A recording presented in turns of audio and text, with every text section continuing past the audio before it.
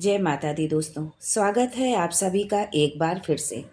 माँ भगवती की कृपा आप व आपके परिवार पर सदा सर्वदा बनी रहे। दोस्तों, यदि आप अपनी संस्कृति, सभ्यता, तीज त्योहार, धार्मिक जानकारी, वास्तु एवं ज्योतिष उपायों के बारे में जानना चाहते हैं तो चैनल को सब्सक्राइब जरूर करिएगा। दोस्तों, हिंदू धर्म में उत्पन्ना एकादशी का बहुत ही खास महत्व बताया गया है।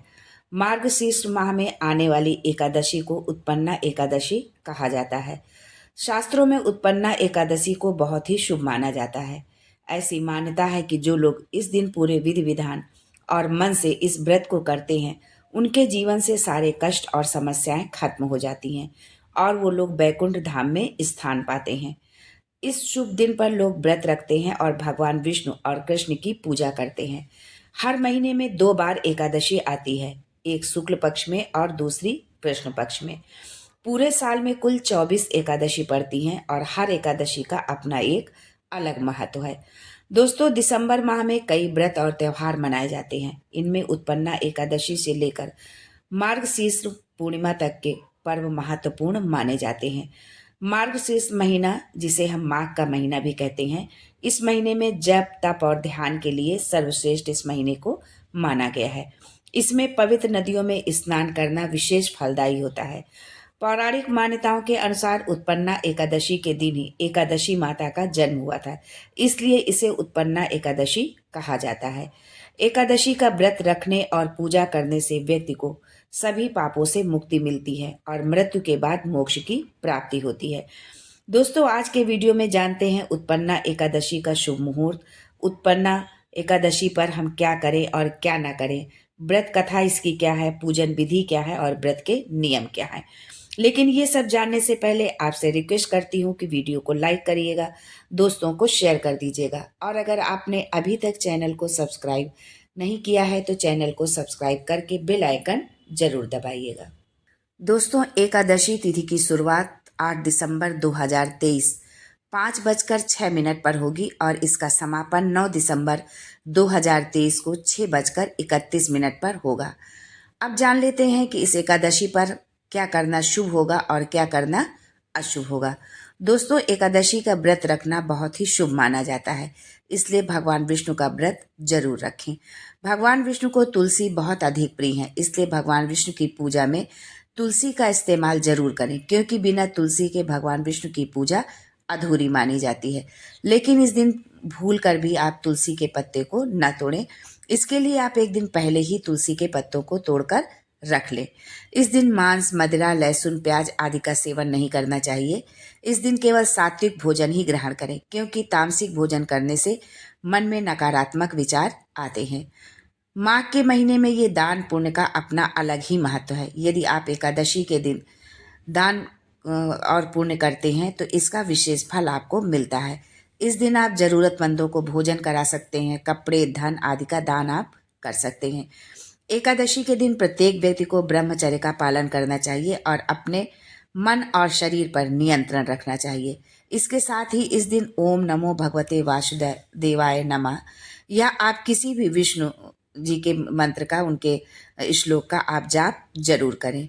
इस दिन भूल कर भी चावल नहीं खाना चाहिए। यदि आप इस दिन चावल का सेवन करते हैं तो घर में दरिद्रता का वास होता है और अगले जन्म में आप रेंगने वाले कीड़े के रूप में आपको जन्म मिलता है। मान्यता है कि मुर नामक दैत्य से युद्ध करते समय जब भगवान विष्णु थक गए तो वे बद्रिकाश्रम की गुफा में जाकर विश्राम करने लगे।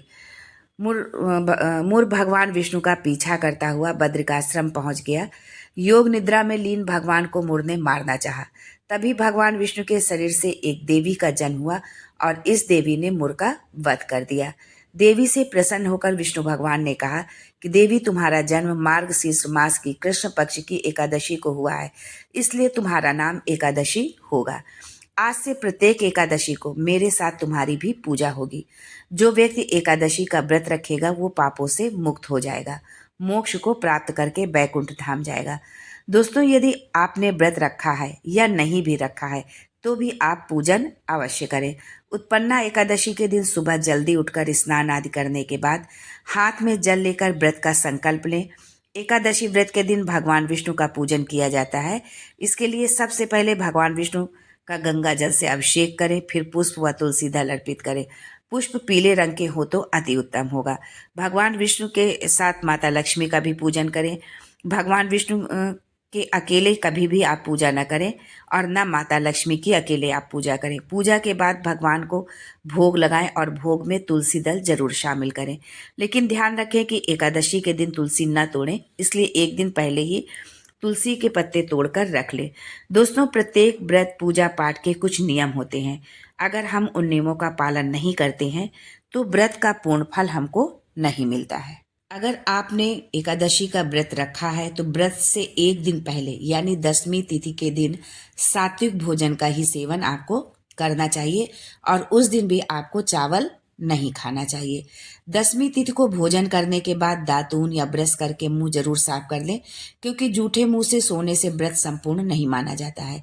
एकादशी से एक दिन पहले रात के समय भोजन ना करें। कोशिश करें कि भोजन सूर्यास्त से पहले ही कर लिया जाए, क्योंकि ये व्रत 10वीं से ही शुरू होता है और द्वादशी के दिन पारण के बाद समाप्त होता है।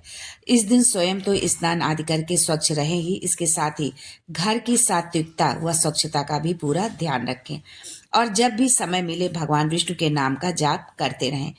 मन में बुरे विचार न आने दें, न क्रोधित हों। यदि ऐसा होता है तो व्रत भंग हो जाता है। व्रत के अगले दिन यानी द्वादशी तिथि पर व्रत का पारण किया जाता है। व्रत का पारण तुलसी के पत्ते से करें, फिर फल आदि ले सकते हैं। ध्यान रखें कि एकादशी व्रत का पारण अन्न से नहीं किया जाता है। पारण के बाद अन्न का दान अपनी सामर्थ्य के अनुसार जरूर करें। आज के लिए बस इतना ही। दोस्तों, मिलते हैं अगले वीडियो में एक नई जानकारी के साथ। तब तक के लिए जय लक्ष्मी नारायण।